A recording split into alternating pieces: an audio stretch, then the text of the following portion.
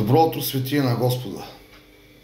Мир, милост и благодат да ви се умножава в днескашния ден.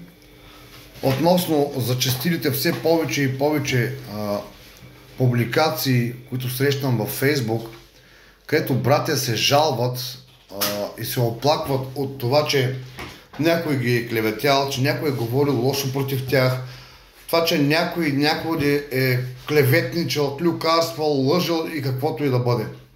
Искам да ви насърча специално вас, братя, които някой говори срещу вас нещо. Искам да ви споделя. Накратко. Колко от вас сте били жилени от пчела? Оса. Знаете ли какво се случва с това животно? Когато идва пчелата, медоносна пчела, тя те ожилва. Да, тя ти причинява болка, причинява ти дискомфорт.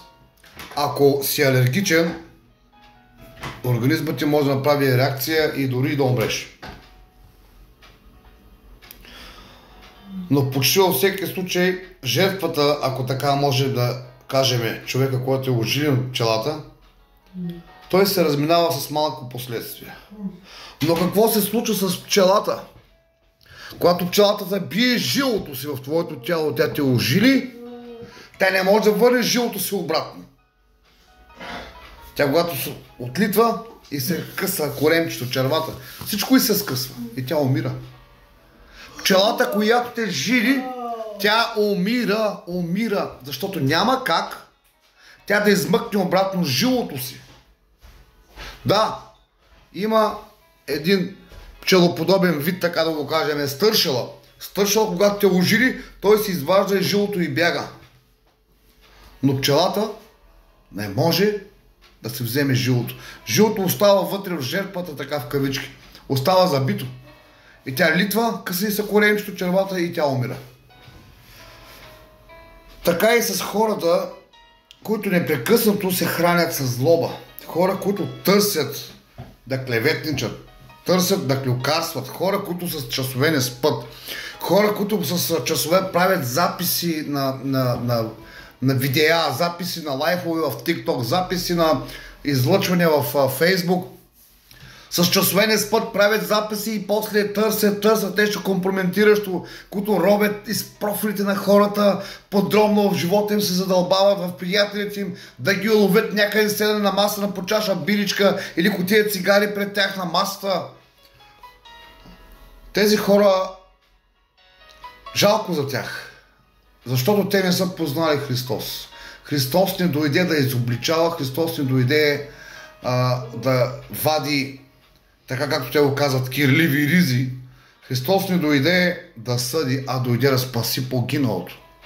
Дойде да спаси погиналото, което е на умиране. Не обръщайте внимание на техните клевети, не обръщайте внимание на техните лъжи, не обръщайте внимание на нещата, те, които правят. Да, болезнено е, когато пчелата те ожили, причинява ти болка, дискомфорт, но скоро това минава и отминава, но пчелата се е заминала на ония свят. Така ще бъде с хората, които се хранят с зло. Рано или късно тази злоба, с която се хранят, тази злоба, която извира от дълбините на ада, тя ще ги погълне. Имайте Божият мир в себе си, имайте Божията любов, имайте Христовият ум, който ще ви предпази от всяка една примамка на сатаната. Преди всичко ви препоръчвам да се облечете с Божието всеоръжие. Докато Павел, аз мога да препоръчвам, а Павел буквално задължава чрез Светия Дух да се облечеме, защото ако не се облечеме, ние сме голи и боси и не можем да противостоим, братя мои.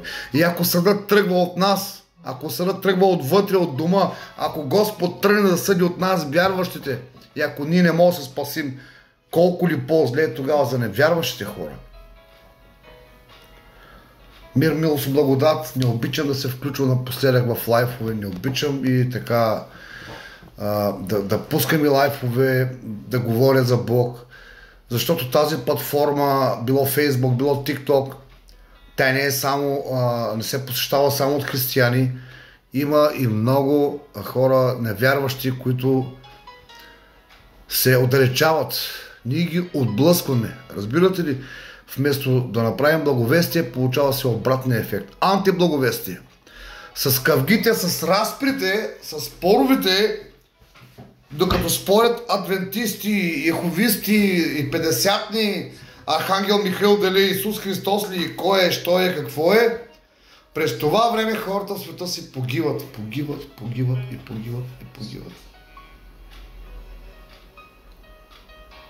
Не бъдете част от тези празни спорове. Не бъдете част от тези неща, които се случват. Не се опитвайте да убеждавате православния колко е грешно да се кръсти пред иконата и колко е грешно да пали свеж. По-добре потърсете един безбожник, защото за безбожника има много повече надежда и безбожника много по-лесно ще се отвърне от пътя, в който живее, и безбожника ще приеме Христос и наистина ще го последва с дух и истина.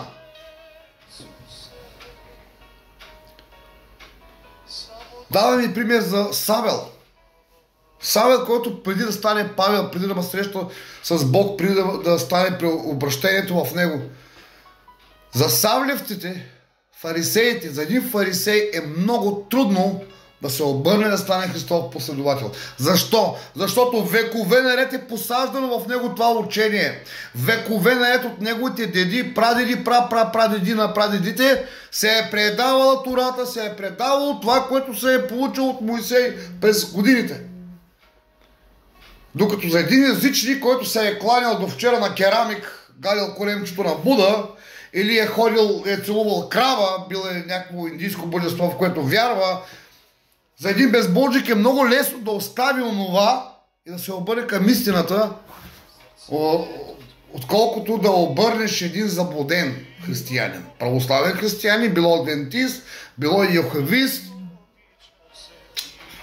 и прочее, и прочее. Не казвам, че аз съм в най-правилната религия, не казвам, че аз съм най-съвършения, напротив, аз съм един грешник, който има нуждата от Исус Христос. Ако аз бях свят, би ме грабнал. До сега вече бях на огнена колесица, може би, вихрушка, и бях взет жив горе на небето. Нека да не се съдим само заради това, че нашия грях е различен от греха на брата.